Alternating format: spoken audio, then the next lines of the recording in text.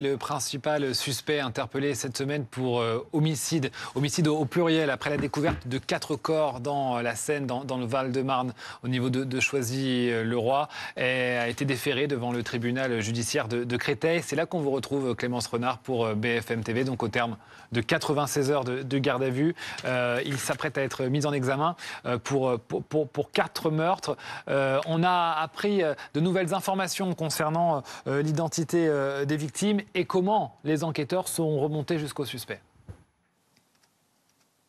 Oui, on sait que les 4 corps ont été découverts à proximité d'un local technique, un local abandonné et fréquenté par des personnes sans domicile fixe. Le principal suspect faisait partie de ces personnes-là et donc l'exploitation des vidéoprotections et l'étude de la téléphonie ont permis d'établir un lien entre cet homme et les 4 victimes. Justement, on a également plus d'informations sur le profil des victimes. Le premier corps était celui d'un homme de 48 ans de nationalité française qui résidait à Créteil. Ses proches étaient sans nouvelles de lui depuis le 11 août et on sait également qu'il fréquentait régulièrement le lieu de découverte des corps aux abords de la Seine. Le deuxième corps identifié était cette fois celui d'un homme de 21 ans de nationalité algérienne qui résidait à Choisy-le-Roi et ses proches avaient signalé sa disparition le 7 août dernier. Concernant les 2 autres victimes, il s'agit de 2 hommes sans domicile fixe de 21 et 26 ans. Ils n'avaient plus donné signe de vie depuis fin juillet et de son côté, le principal suspect, après 96 heures de garde à vue, a refusé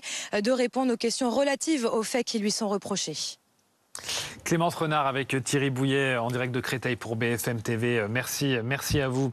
Boris Karlamov, que va-t-il se passer maintenant donc pour le suspect qui est devant le juge? Oui, alors il y a une information judiciaire qui a été ouverte pour meurtre en concours. On va rappeler ce que c'est. C'est une infraction qui est plutôt rare, désignant des crimes commis sans qu'il y ait pour autant un lien entre eux, sans qu'aucune condamnation ne soit intervenue entre tous ces différents crimes. Ce suspect, donc âgé d'une vingtaine d'années, de type nord-africain et dont la nationalité n'a pas été encore clairement définie par les enquêteurs, il est actuellement dans le bureau du juge d'instruction en vue de sa mise en examen. Après cela, il va passer devant un JLD, un juge des libertés et de la détention, qui va donc devoir statuer sur son placement en détention provisoire. Sa garde à vue, elle a donc pris fin ce matin après 96 heures de garde à vue.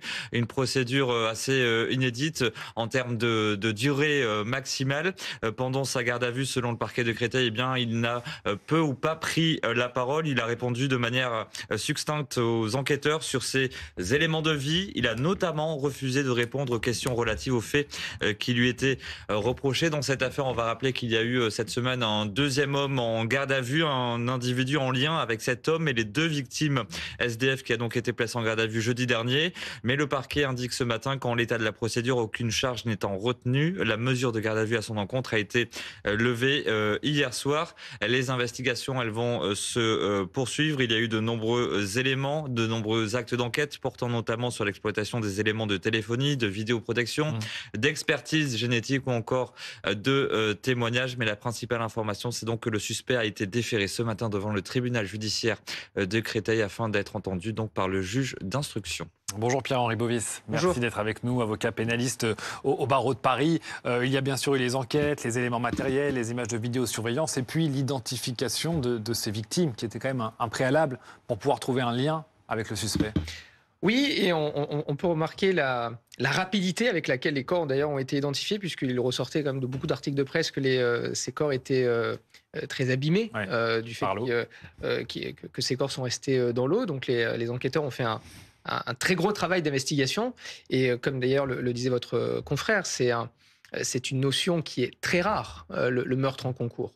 Parce que vous avez une pluralité, par exemple, de victimes lorsque vous avez une personne qui, malheureusement, dans des affaires de terrorisme, peut tirer au fusil d'assaut, par exemple. Et donc, vous avez une pluralité de victimes. Vous n'avez pas de meurtre en concours.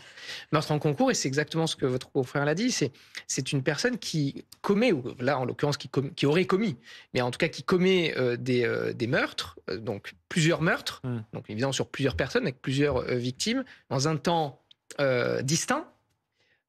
sans qu'effectivement il y ait une condamnation entre ces meurtres-là. Donc c'est heureusement que ce sont des faits qui sont rarissimes et donc cette qualification est très rare. Et là, en l'occurrence, vu les circonstances dans lesquelles ces corps ont été retrouvés, on peut comprendre aussi la célérité avec laquelle le parquet s'est activé pour essayer de mettre au jour ce qui a pu se passer.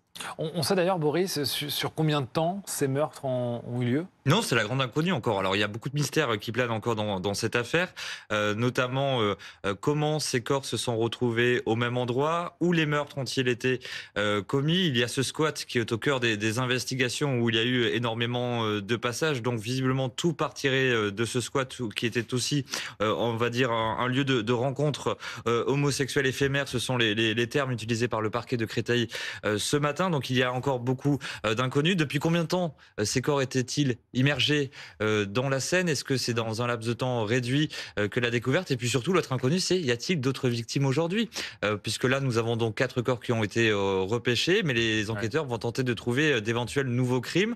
Peut-être que de nouveaux corps vont émerger à la surface dans les prochaines semaines. On n'en est qu'au tout début de l'affaire. Ouais. Il reste encore énormément de travail pour les enquêteurs de la brigade criminelle de Paris. C'est ce que je vais dire, parce que comme nous sommes au lustre de l'enquête, maintenant le juge d'instruction qui est saisi va disposer de pouvoirs beaucoup plus élargis qu'au niveau d'une enquête préliminaire diligentée par un procureur de la République. Donc là, le juge d'instruction va disposer d'armes juridiques suffisamment puissantes. Comme quoi, par exemple?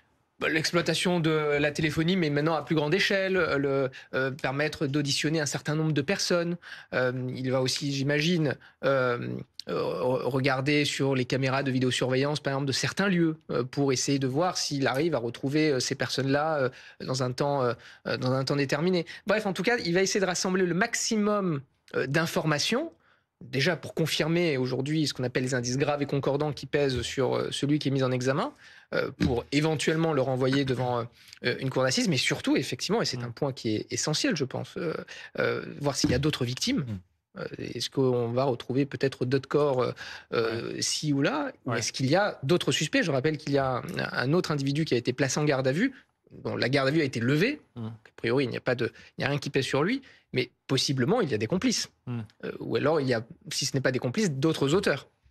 Parce qu'aujourd'hui, on parle de meurtre en concours visant cet individu, mais il faut rappeler que nous sommes qu'au stade de l'instruction, de la mise en examen. Donc peut-être cet individu-là n'a commis qu'un meurtre ou deux, et que les deux autres sont commis par un autre individu qui sera interpellé plus tard. On n'en sait rien à ce stade, mais voilà, tout le rôle de l'instruction va servir à lever le voile sur un certain nombre de questions aujourd'hui qui se posent. Il y avait un autre homme qui était en garde à vue, qui s'est terminé sans que rien ne soit retenu contre lui. On sait pourquoi il s'est retrouvé là? Alors le pourquoi, eh bien parce qu'il y avait un lien entre donc cet homme et les 2 victimes SDF, puisqu'on va le rappeler, parmi les 4 corps qui ont été repêchés, il y avait 2 sans domicile fixe. Donc les enquêteurs, ils ont dans un premier temps établi un lien entre donc ce deuxième gardé à vue et ces 2 personnes sans domicile fixe, mais aucune charge n'a été retenue contre lui en l'état. Donc sa garde à vue a été levée hier soir.